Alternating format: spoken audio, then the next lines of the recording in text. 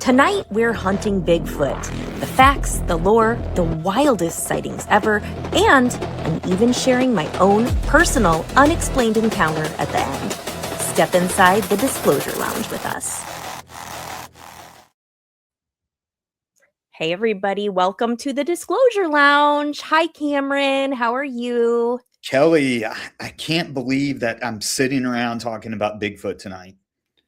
I actually can't either. And I never had Bigfoot on my radar. Like, if you had asked me a year ago if I would ever, be into Bigfoot or be talking about Bigfoot on a podcast, I would have said absolutely not because I was a total skeptic until the thing I'm going to talk about today in August of 2025. What about you?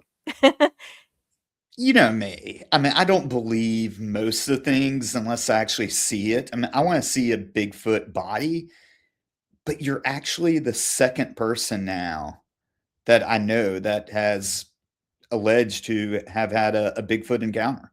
Really? Okay. Well, I got to Yeah. hear about that other person. I know several people actually too. After I told my story and told people what happened, seems like everybody has some sort of weird Bigfoot story. Yeah, and it's almost like they're afraid to talk about it Yeah. until they hear that you're doing a podcast on it. And yeah, last night actually, before we recorded, I was kind of embarrassed when I brought it up, honestly, because You were like, I'm going to do a show about Bigfoot. I don't really want to talk about yeah, this. the UFO thing, everyone's like, okay, that's entertaining. And it's in the news a lot lately Right. too. So, yeah, As soon as you say Bigfoot, they're like, all right, this guy's crazy. for And sure. Yeah. yeah. And when Well, I heard yeah. your story, I Yeah. was, yeah, I It's didn't really know what to think. I agree. I was always the reason I never believed is because I thought, well, nobody's ever actually found a Bigfoot body. And people talk about this creature like it's just some big ape or something like that lives in the trees, and I'm like, that can't be because, we would have found a body, we would have found DNA, we would have found evidence of a Bigfoot. And there is actually some evidence, but there's no proof. There's a difference between evidence and like proof. And we'll talk about that a little bit today. And then the other thing with Bigfoot that I was thinking in my research is you have to you can be a believer or a skeptic, but in the believer realm, there are different types of believers too. There are the people who think that Bigfoot is a descendant of, an ape from like thousands of years ago, like a giant ape or something, some sort of ape. And there are people who think that a Bigfoot is actually more supernatural, like a cryptid, maybe interdimensional, maybe something we can't totally see. And that is what I think now. I used to just not believe it all, but now I'm like, I do think there's something to this interdimensional thing. Well, it's interesting when you look at it historically that the Native Americans have been talking about this, since America, before America was even Yeah, developed. they have. Yes. I mean, Yeah. they have lots of different names for it in Native American culture, and different tribes believe different things, but to them the Sasquatch type of creature is more of like a sacred creature, like a protector, like a forest protector, someone that they don't mess with and doesn't mess with them. And then the stories you see, in the Reddit threads and in movies are far different than that original Native American lore. Yeah. I think that it's gone from that to a pop culture thing. But, again, I'm a skeptic completely on all this stuff. I laugh at a lot of the videos that are put out. But I had a good friend of mine just last night who asked me when I started telling him about Bigfoot. He goes, yeah, I've met a swamp skunk. That's what he called Yeah. Bigfoot? Was it? And I Oh, I've said, never heard that I've term. never heard of that. And he goes, yeah, in Florida, that's the name for it because they're Mm. seen in like the swamps. And he said he was They had gone off campus in college to drink some beer, and he went to a Christian college, so they had to go like pretty much out in the fields, and it was a gravel road that they were going to go drink on, and it was a couple cars, and he said that they were driving down a road and a UFO buzzed their car, and everyone yelled, "Oh shit." Now, Oh, wow. you probably got buzzed by a plane or something, right? Like, Yeah. sure, Helicopter. UFO, whatever. Yeah. You're drinking too. Yes. And they said when he got out there, he was, cracked open a beer, headlights are on, and all of a sudden, he said from about 50 yards away from him, a creature that he said was about 7 feet tall walked from one side of the swamp, crossed that gravel path, and walked into the other. So your friend not only had a UFO experience, he also had a cryptid or Bigfoot experience. Yeah, and again, he's never brought this up Wow. until I told him that you were gonna be talking about your Bigfoot experience on air. Yeah. Yeah, as soon as I started telling people about mine, because I am not crazy. I'm like a very normal person, and it's very unlike me to be like, "Oh, I have a Bigfoot story." But this story, it just it rattled me for months, for like a very long time. It was so terrifying. I've had, I've been in car accidents. I hit a train once. I've done all sorts of crazy things, and You I hit don't a know. train, like a I moving did. train? Yes, when I was 18, I did. I ran You into a hit a train. moving It wasn't train. my fault. It was not my fault. The train track was blocked, and, I, ran into the train because I couldn't see the train coming behind the The other train train. is on a track. Yes, but they were supposed to put a sign up and they didn't. So, not my fault.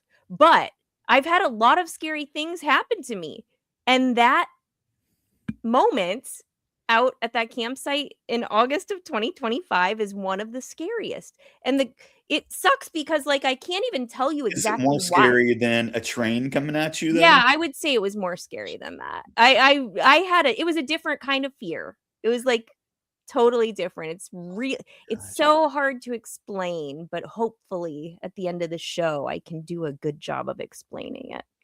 So, yeah. Yeah, Well, but, what was your friend's story? yeah, so, I mean, that was pretty much That's it. about it? They're out drinking beers, yeah, and Yeah. the So, okay. So, what do you think? Was he do you think he was drunk, or what do you think? I mean, he had again, we were celebrating Chinese New Year, and so Oh, he yeah. had, some drinks in him, and I don't know if that was one of those opportunities that he was just kind of joking around.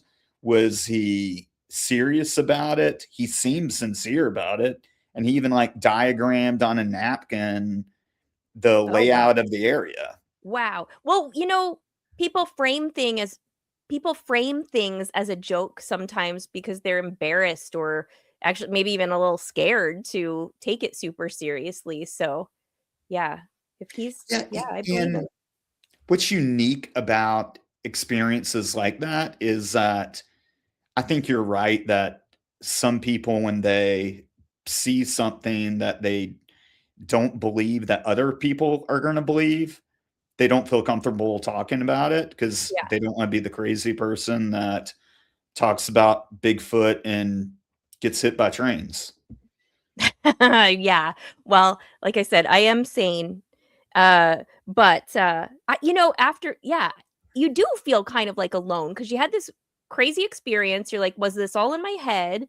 Um, then you start Googling things and you start asking lots of questions online and looking through all the YouTube videos and Reddit threads, and asking Grok and Chat GPT, what the frick did I just see? And you don't want to think you're crazy or imagining it. Like, our brains try to explain things away in ways we can rationalize. And if it's something that defies explanation, that's hard for a person. I was even looking up Bigfoot experience support groups and things like that, which I think do exist, but I didn't go that I'm sure far. they do. But That all of this started back in 1929 with this Canadian teacher, J.W. Burns. He used to publish stories about Native American tribes and their lore, and he actually coined the term Sasquatch. He was the first person to call it a Sasquatch. Until then, it had only had, Native American tribe names and stuff. And then later in 1958, in Bluff Creek, California, there was a giant 16-inch footprint found by joggers, and it was the size of just huge feet. So because of that, they coined the term Bigfoot then. And that they took molds of that big footprint, but later, you're gonna love this, that one was actually revealed to be a hoax by a man named Ray Wallace. But that's where Bigfoot started in 1958.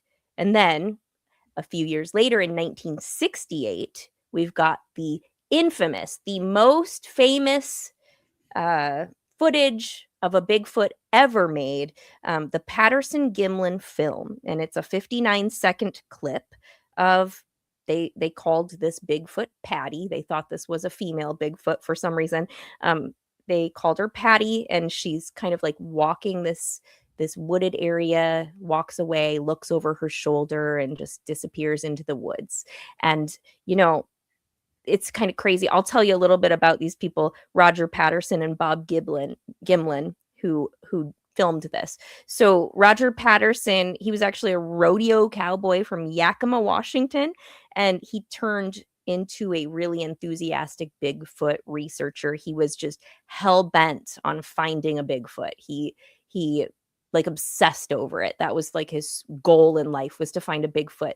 And he and his friend Bob Gimlin, they went riding the trails out in the woods, just kind of like trying to find a Bigfoot. And Bob Gimlin was a skeptic. He was a real skeptic. So he didn't believe any of this, but he was just kind of like along for the ride with his friend until that day in 1967 when they saw it. Their horses were startled by this noise off in the distance, these twigs breaking, it sounded like, and they got scared. And Roger Patterson, he jumped off his horse with his camera. Bob Gimlin stayed behind. He didn't want to go. And Roger took this footage. So the skeptic wasn't there to actually see it. He only saw the video afterwards. So that's something. But Do you want to play the video? Let's play the video. Okay, let's check it out. Okay. Famous Bigfoot video ever made is the Patterson-Gimlin film, shot on October 20th, 1967 by Roger Patterson and Robert Gimlin at Bluff Creek, California. It's the gold standard of Bigfoot footage, featuring a dark, furry, primate-like figure walking across a clearing and looking back at the camera. While many in the scientific community consider it a hoax involving a person in a suit, it has never been definitively proven fake, and believers view it as the strongest evidence of Bigfoot's existence.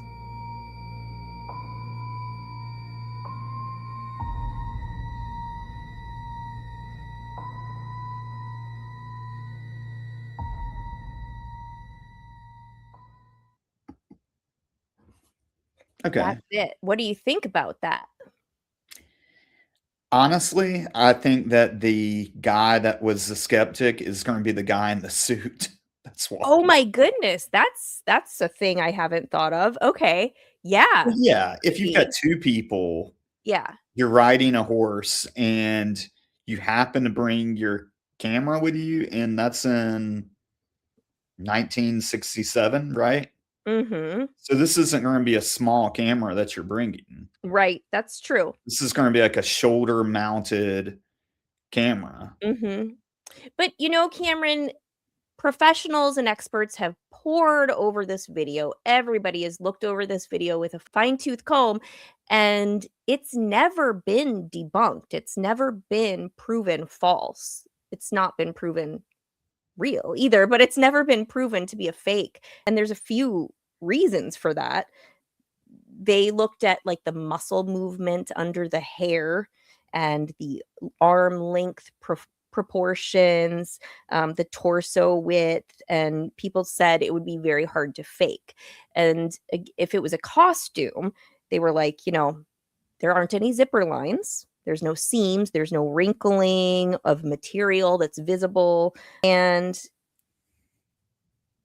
I think there were some casts of footprints and fingerprints taken at the site as well. And Roger Patterson maintained until his death from cancer in 1972, even on his deathbed, he said, "This, I swear to you, is real." Yeah, and I was not there. I wasn't even born yet. So I cannot definitively say whether it was real or fake, but what I seem to notice a pattern of is with these videos, they're usually shot from far away. You mentioned not being able to see zipper lines or pieces of the costume. Well, from that distance in the camera quality, I don't think you'd be able to see those anyway. Yeah, that is a good point. I don't know that you would. And it was the video portion that I showed you is one that's been stabilized over the years. The Right. original video is so grainy and shaky. It's like super shaky. So it is pretty difficult. It's been remastered over the years. And I think Yeah. that's one of those things that people, when they see it and they want to believe it's real, then they're going to be more inclined to actually pick, oh, yeah, that's absolutely. And then you start doing this confirmation bias where you find every single thing that's right about it. So, like, Right. oh, well, they were alone. Oh, he's maintained this story his entire life. Yeah, But, people do that all the time. they That's do. not impressive to me. What would impress me is that if you show me a body, Hmm. that's what I Yeah, want to see. that is quite the question, right? If these things exist, why do we not find them dead all the time? Like we find dead deer and Well, skunks and we've raccoons. actually got a video where one was shot at. You want me to Whoa, play it for show you? me that. All right, here we go. I'm Peter Okay. Galki. This is Strange Wilderness, waiting to film Bigfoot. That's right, you heard me, Bigfoot. Perhaps this Bigfoot creature can bridge the divide between us and them, remind us that peace and harmony are necessary if mankind is to survive. Oh, that's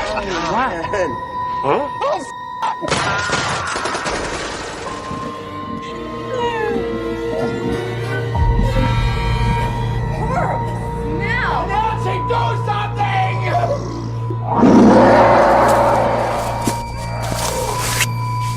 Wait. Dude, I want to check it out. Let me check it out.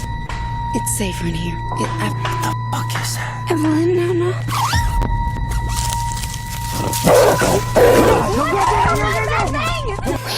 We all saw that, right? Those are his prints! It's gigantic. Looks like the tracks go back through those trees.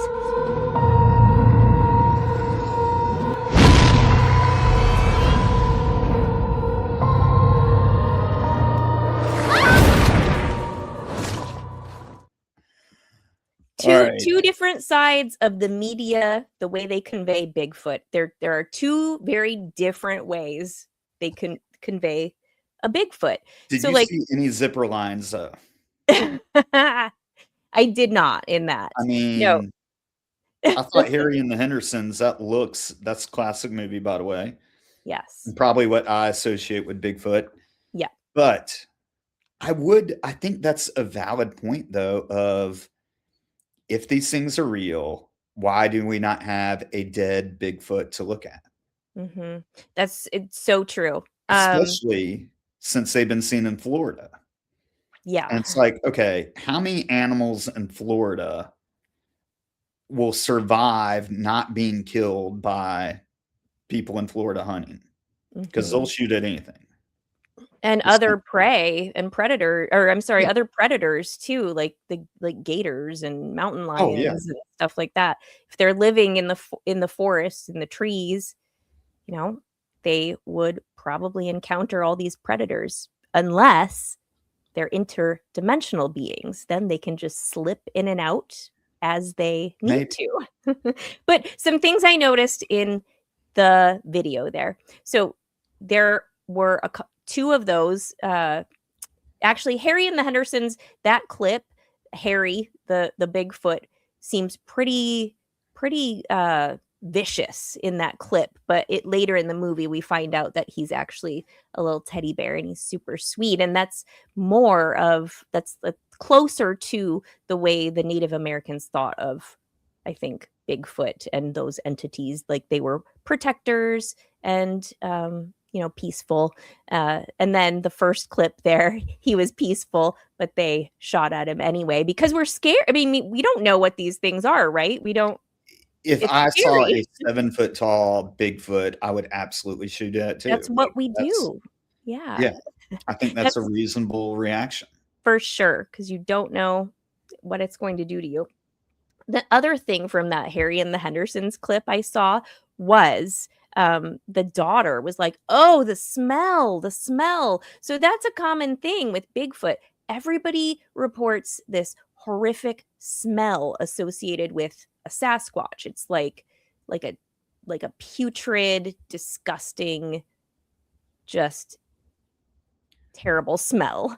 I've never smelled. I mean, in my experience, there was no smell along with it, so I don't know. But most reports that I've seen have this terrible smell, and I don't know what that would be all about. Is it just like from being mangy out in the woods, not bathing, or like a dog kind of smell, or like I don't know. Yeah, and that would make sense if you're a large animal that size that don't have any type of hygiene. And I mean, you wonder if this thing did live, it'd have to live in a cave or some large structure. Because you can't, unless there's a really deep tunnel that it creates and sleeps there. If it's actually an animal or human type of creature, it would have to dwell somewhere, like in a cave or underground or something like that. If it's interdimensional, then we've got a whole other thing. But in one of those video clips too, Bigfoot County, that movie, you could hear the knocks. They were awakened in their tent by the wood tapping sounds, which we're going to talk about a little later. And that's a classic. The sounds, sometimes people don't actually see anything. It's more a sensory experience. They smell it. They hear it. They hear howls, whoops, knocking, tapping. Those are common things associated with Bigfoot experiences. So, yeah. Yeah, and I get that, and people seem to kind of say those same things over and over, and just kind of like with the videos from my point of view, they all seem to be at a distance and their camera magically dies or the video's cut short for some other reason. I mean, we were able to capture a video ourselves. I believe it happened in the 80s. Do you want me to play that video? Yes, this is a classic 80s Bigfoot sighting too. Yeah, this is I'm pretty sure this may have been similar to your experience. I'm not sure. You'll have to let us know. Yeah, let's see.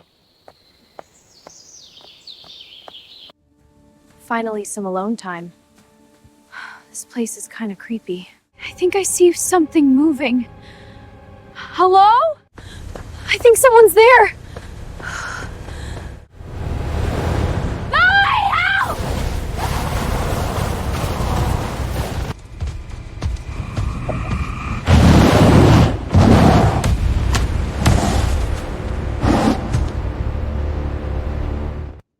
Wow, that's scary. That's scary. That's what would have happened to me, I think, if I would not have fled the scene of my Bigfoot event. I think. Before we get into that, I do have a question. Were you wearing high heels and did you trip over a root? I usually camp in my high heels and leg warmers and mini skirt. That's typically what I wear. Sometimes sequins, sometimes not, but I do prefer to camp in my high heels. Yes.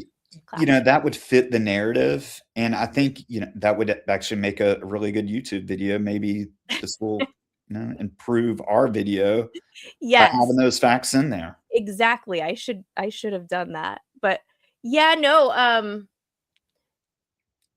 mine ended okay. My experience that I'm going to tell you about. I didn't die. Obviously, I'm here to tell you about it, but it started, one evening in the woods, camping alone by the river, and maybe I should play that. Yes. And then I've got lots of questions for you. Okay. To include, I can't believe that you camp alone by the river. Yeah. That sounds like a true crime show. Like it could be on Santana True Crime. I've been camping my whole life is the thing, and I always feel like I'm very safe in my area where I live and stuff. And it was at a campground, but it was at kind of like an isolated part of the campground, and I was like the only tent camper. And tent camping is dangerous. Like you're like a tissue paper piece of fabric away from someone just grabbing you out of your tent. There's no real protection out there. So you're a woman alone. Even if you were a guy alone, I would still say that's a bad idea. Really? Okay, well, I don't know. I'm not stopping. I have a camper now, at least, so that's different. But does it have a lock on it? Because yes, it's got a deadbolt. It sure does. it Yeah. makes me feel better. Yeah. Can't have you dying on me. Nope. No, and I should be scared actually, because a few years ago, I mean, there's lots of terrible camping, kidnappings and murders and oh yeah, tragic things that have happened, horrible things. Like even where I live, like an hour or so away at a campground in the Makokata Caves, a few years ago, a whole entire family, minus the one of the children, survived, but the rest of them, total random act. Someone came in, killed them in their sleep, shot them actually, and he would battled a lot of mental health issues and stuff. But it's just a really weird case there. So, but yeah, right. There's lots of stuff that happens. I do it anyway. I take it. I'm a risk taker, really. Well, let's find out what happened with you during this encounter. All right. Hey everyone, this is Kelly, and I'm sharing something that happened to me back in August 2025. It's my personal encounter at a park in Iowa, right along a river near where I live. I submitted this to the BFRO, Bigfoot Field Researchers Organization, right after it happened because I was so shaken. I drove home in the middle of the night, sobbing, and filed the report at 2 or 3 in the morning. I just needed to document what I'd gone through. I was tent camping alone, pretty close to the river and Spring Branch Creek. The park had some other campers in RVs, but my spot felt isolated, surrounded by bushes, trees, and woods. It was a clear, cool night, around 60 degrees. No moon at all, because we were actually having a rare black moon that night, so it was pitch black.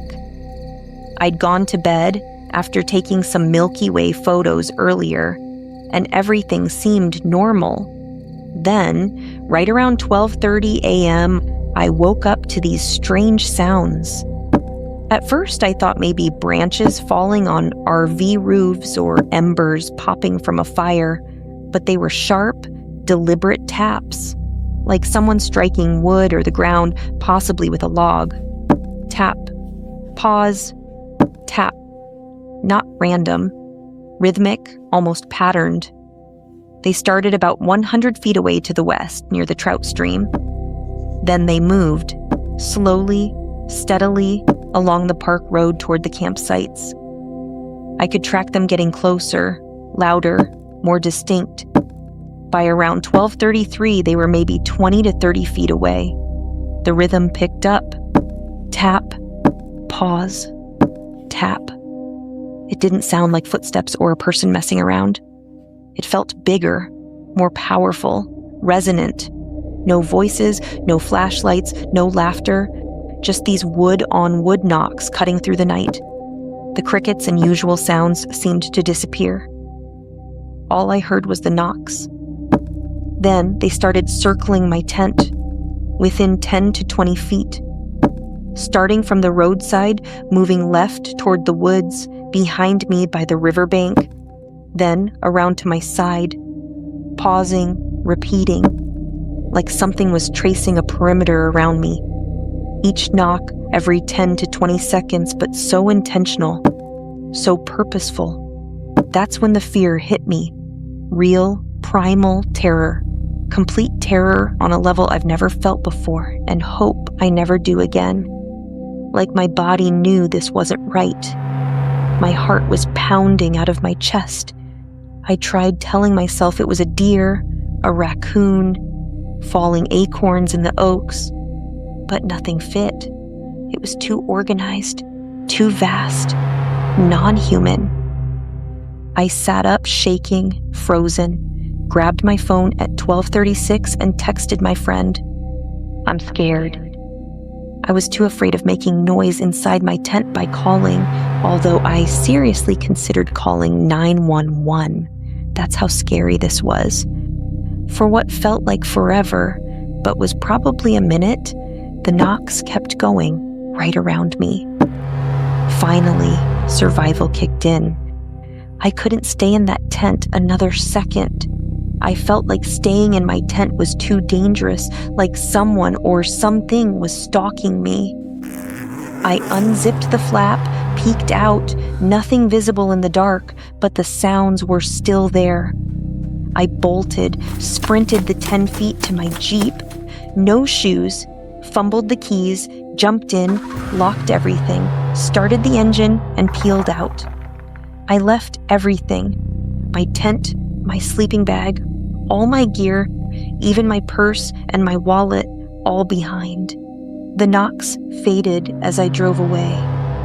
I got home in about 10 minutes, called my friend crying, shaking, the most terrified I've ever been. I literally felt like I was going to die out there. The next day, I was still not myself, a bit of an emotional wreck for days, weeks really. I had a feeling almost as if I lived through something terrible, but it's very difficult to put into words. To this day, I think about it constantly. That night changed me. I know what I experienced wasn't normal. It wasn't wind, wildlife, or a prank. It was something else, something intelligent, something that knew I was there, circling me in the dark. And it still haunts me. Sometimes I think it always will.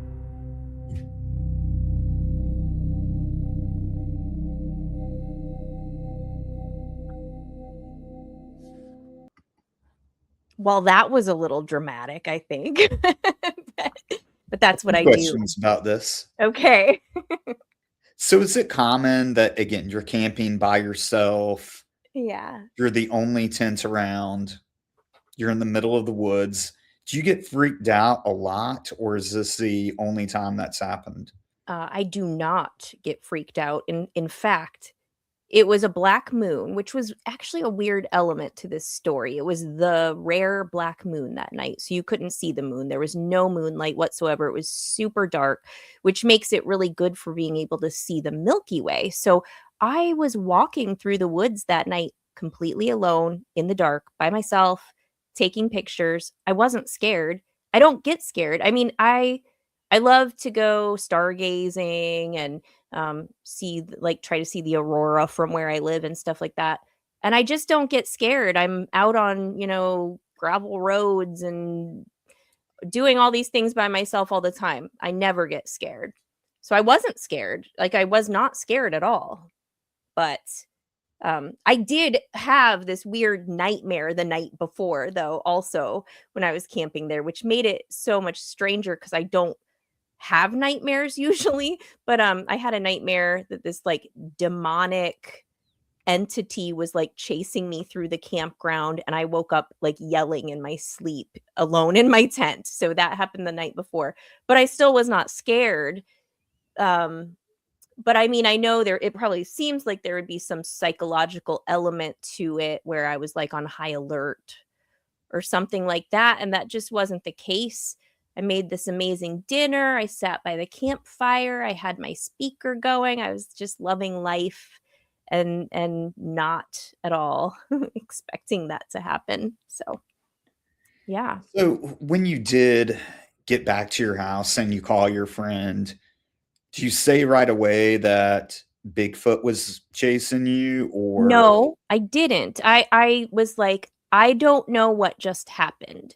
I was like, I don't know if it was a person. I don't know if it was I said it felt unnatural, I think is how I described it. I just said something isn't right. And I just had a really hard time putting it into words.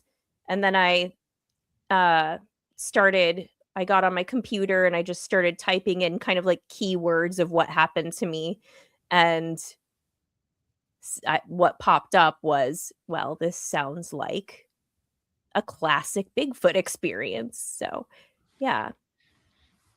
but you never saw Bigfoot? Never saw anything. It was completely only with my ears. And what I've read about like cryptid experiences or Sasquatch experiences is there's this existential feeling of dread and primal fear that comes into you that's kind of like hard to explain. I definitely had that. But all it was a noise and a feeling. That's all it was. I didn't see anything. And it woke me up. The sound woke me up at 12:30 that night. And I was like, oh, maybe the wind picked up. That like some branches must be falling on someone's RV or something. And then I like tried to go back to sleep. I ignored it. And then I heard it again. And then I heard it again. And I heard it again. And then it like stopped where it was. And then it went down the gravel road quite a ways.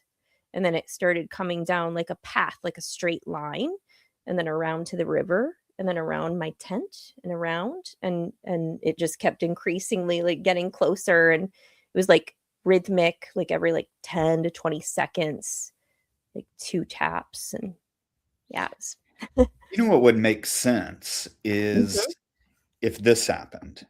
okay. Here's Kelly. Here, Blonde hair. pass it around. Shh, don't get us caught. And there's all the kids that were camping What was near. that? This is the best spot. We're gonna trick Talking her. about how Let's a scare her really bad. single Yeah, female hide in the bushes. is She'll freak out. camping She's just gonna by herself. And what a Bigfoot! bad idea that is. Oh my god, it's Bigfoot! I saw it! Oh good god, something's moving out there! I have to get out of here! It's coming closer! I have to get out of here! Oh god! Don't get away! Help! Somebody help me! Oh god, please! She thought it was Bigfoot, but it was just us. So dumb. No, I knew her face was priceless. Yeah, she was screaming. That was the best. Yeah. Oh, but there's Bigfoot. Oh, they deserve it. They deserve that. If that is what happened, if that was just a prank, those kids have got it down to a science, because the speed with which they moved, the height of the sound, the rhythm, all of it. I put all kids. yeah, that's very smart kids. They must be in charge of the crop circles too. You know, we've seen crop circle videos of people faking that. Yes, Where they we do it sure with have. a 2x4 and a rope. Yes, for sure, yeah. And I remember know. seeing that as a kid too, and like, oh my God, that's so real. Right. Aliens did that. There's no way that humans could do that. Right. And you watch a video of them doing it, and you're like, oh, that's not very impressive now. Yeah. I mean, gosh, I could not imagine. So at first, the first like couple times I was like, wait, is that a person? And it like really scared me because I was like, that's a person. But then I was like, that cannot possibly be a person. Like, how could a person do that? But it was something. It also crossed my mind that it could be, you know, a deer with antlers, like going against a tree stump or something like that. Or it could be a bird carrying sticks and throwing them in a tree. But none of, I mean, the rhythm of it and the area that they were able to cover and all of that kind of, I feel, makes those theories make no sense. But I mean, I I don't. agree that that matches with what people say about Bigfoot encounters is Mhm, that they hear the sounds and what you're saying about the rhythmic knocking and whatnot. And you do see that pattern of kind of consistent storytelling. I mhm. just don't know if it's true or not. I don't Is either. that people ripping off each other's stories? I just see, and I agreed with you until this happened to me. I never believed in cryptids or Bigfoot or anything like that. Not at all. And then this happened and I was like, well, that's got to be what it was. That's my explanation for it. And I was like very emotional the next day. It was so weird. I was like I felt very vulnerable and like something terrible happened is how I felt. But um Well, I'm glad that you maybe- made it out. me too. Thank Do you know if goodness. there's ever been anyone that's claimed to have been harmed by Bigfoot?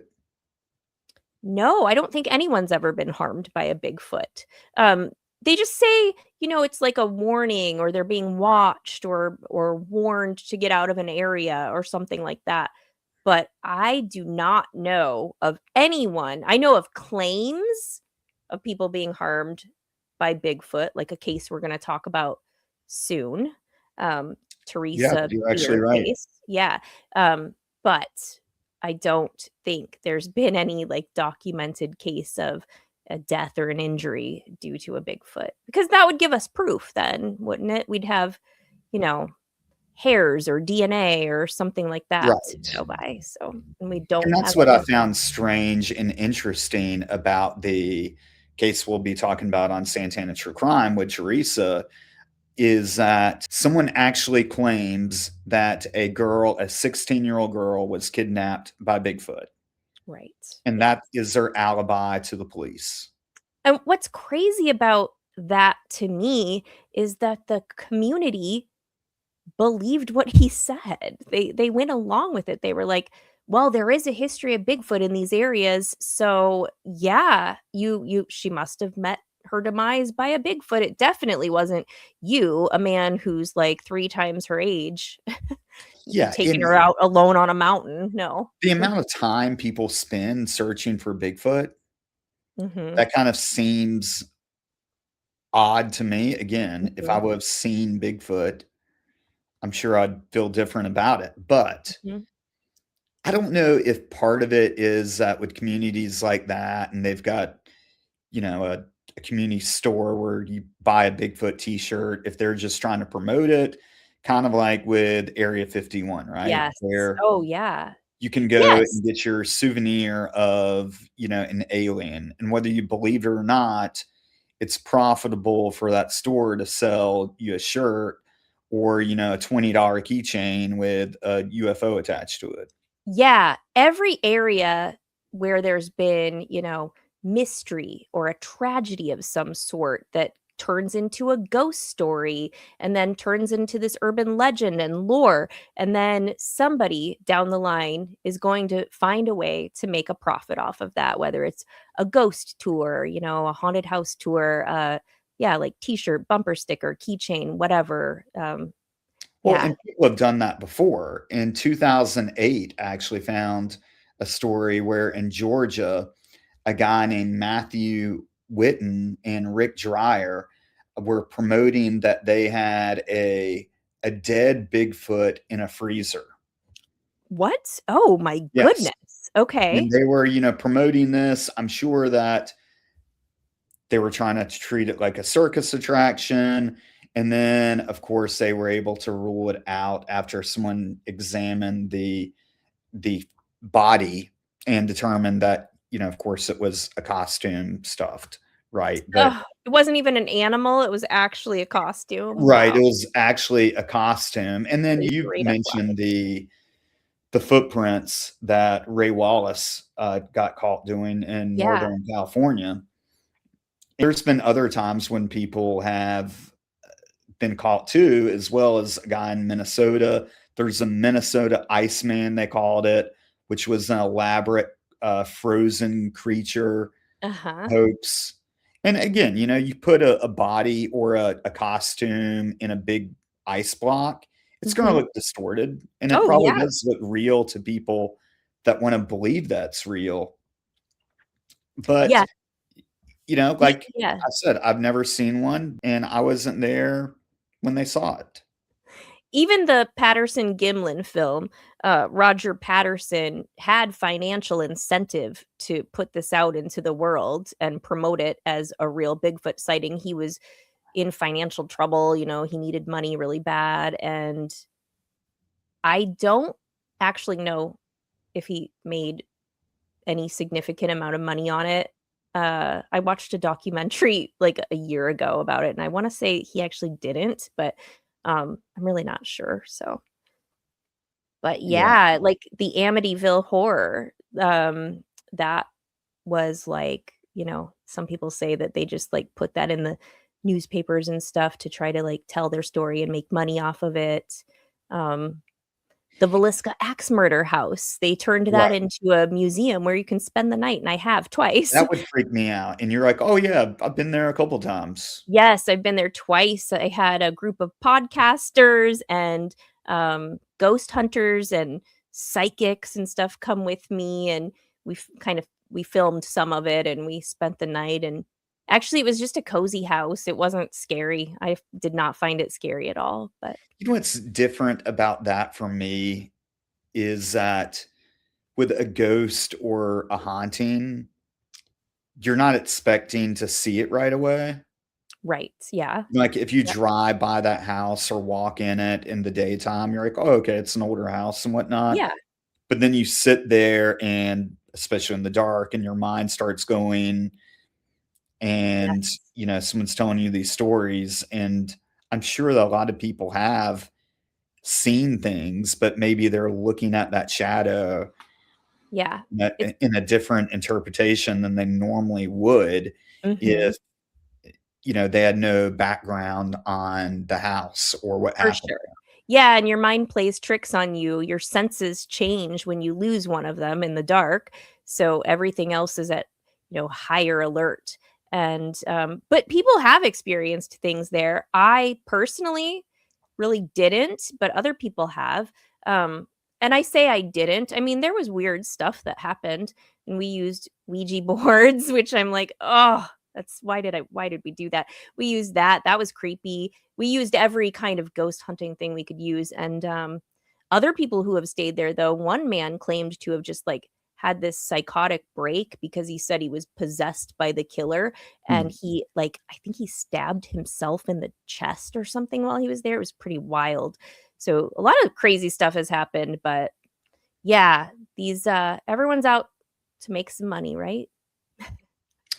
Yeah, well, I think that with Bigfoot, people can profit from that, especially now with YouTube, is you can easily make a video on your phone of a shot of Bigfoot walking through some thick woods, with that's 200 yards away. That way you can't really tell what it really is.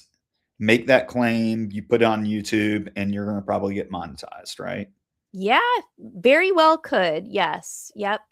Um, my story, like, it did change everything for me, and the only reason I am inclined to believe a few of these people that I saw reports, on is just simply because of what I went through. Before, I would always explain it away, but now I'm like, there might be something to this. Do I think he's a hairy ancient ape that's just living in the trees or underground? No, I don't. I don't even think. I don't know. I kind of think it's like some sort of interdimensional thing. That's what I'm leaning towards. I think it's like a supernatural forest spirit or something. That's Well, you know what would make sense from a practical standpoint is that, especially in Florida, if there was an escaped ape that had gotten loose, in Mhm. Florida, people Yeah. have all type of exotic animals for pets. Yeah. You've got the Mike Tyson factor, let's call it, where, Mike Tyson owned 2 white tigers and they were endangered species at the time. And I Mhm. believe it was under 20 in the world, and he owned 2 of them. Mhm. Another good example is the python population in Florida, where Mhm. pythons are not native to Florida. What's Right. happened is that people have let them loose, and because they don't have any natural predators, they've spread, and now they've got a python issue. And True. so if there was a large ape that got loose and got into the swamps, those areas are very thick where those aren't the areas that tourists are going to. So could there be a situation where a large ape is walking around Florida? I think that's a possibility. It's definitely a possibility. Anything's possible. And then you've got the Gigantopithecus, theory as well, that relic hominid, ancient ape, like 10 feet tall. People think maybe some of them survived crossing the Bering Strait and have been living just still like hiding, but I just don't think they'd be able to really hide. I don't know. And that's my problem that I can't get over is the 7-foot tall aspect. Mhm. Like, we can rationalize it if it was a normal ape, and Mhm. even though, apes are really strong and whatnot, Mhm. they still got to have some type of place to seek shelter. They're not just walking around all day. Right. No, I know, like, where do they go? Caves? Maybe, but we Yeah, go in the caves too. I mean, we would definitely find them. and they're too big to hide in a tree. At 7 feet tall, you're not gonna climb up in a tree, you weigh too much, Right, absolutely not. So that's why I go with the interdimensional theory, and which would be wild. what I say. That's what I say. There's gotta be some government conspiracy here with this, right? There's gotta be. I'm Or sure maybe that it's this is gonna tie back to how Jeffrey Epstein did not kill himself.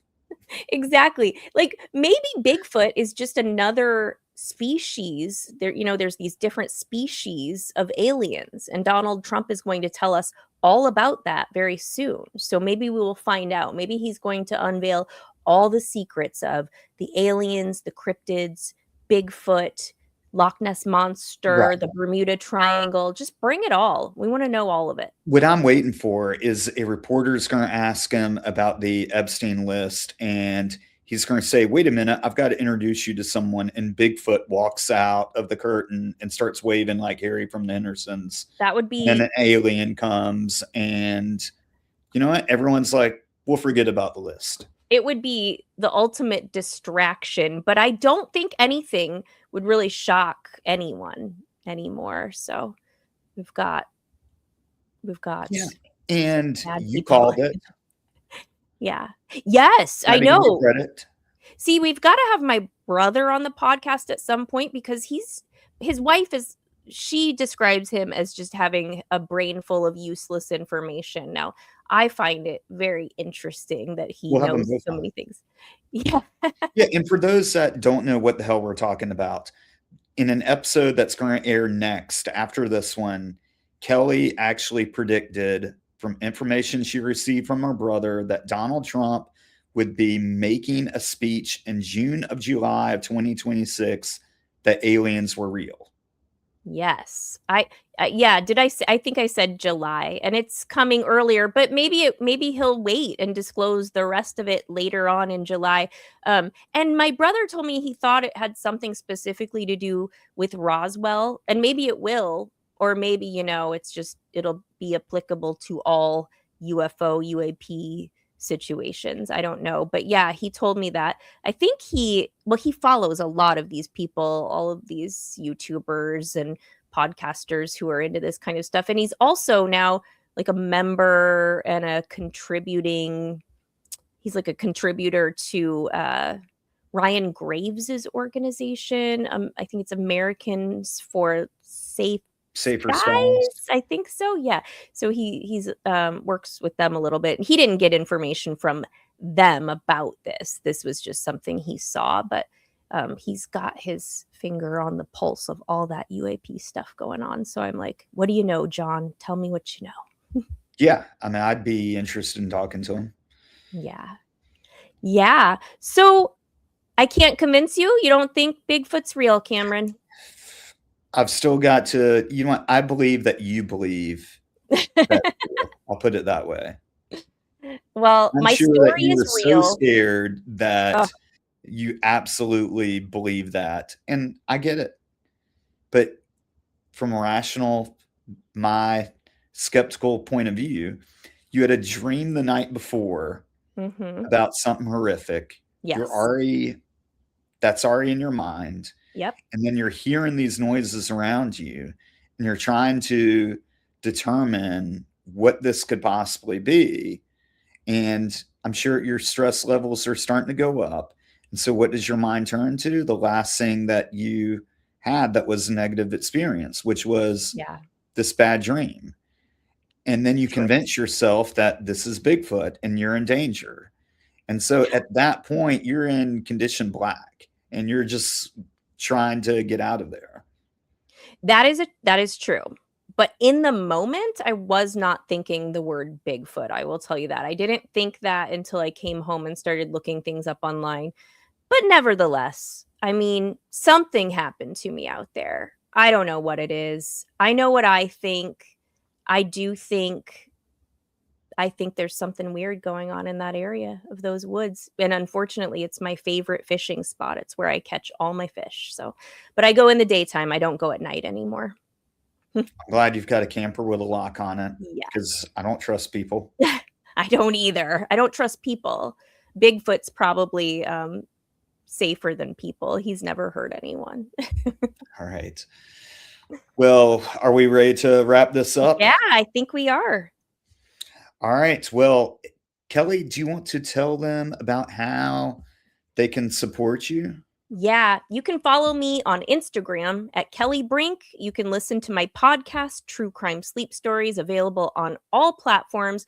And you can buy my books of the same name, True Crime Sleep Stories, volumes 1 through 3 on Amazon. And also, I will be at CrimeCon 2026 this May in Las Vegas. You can get your tickets at checkout if you put code SLEEP in the code space.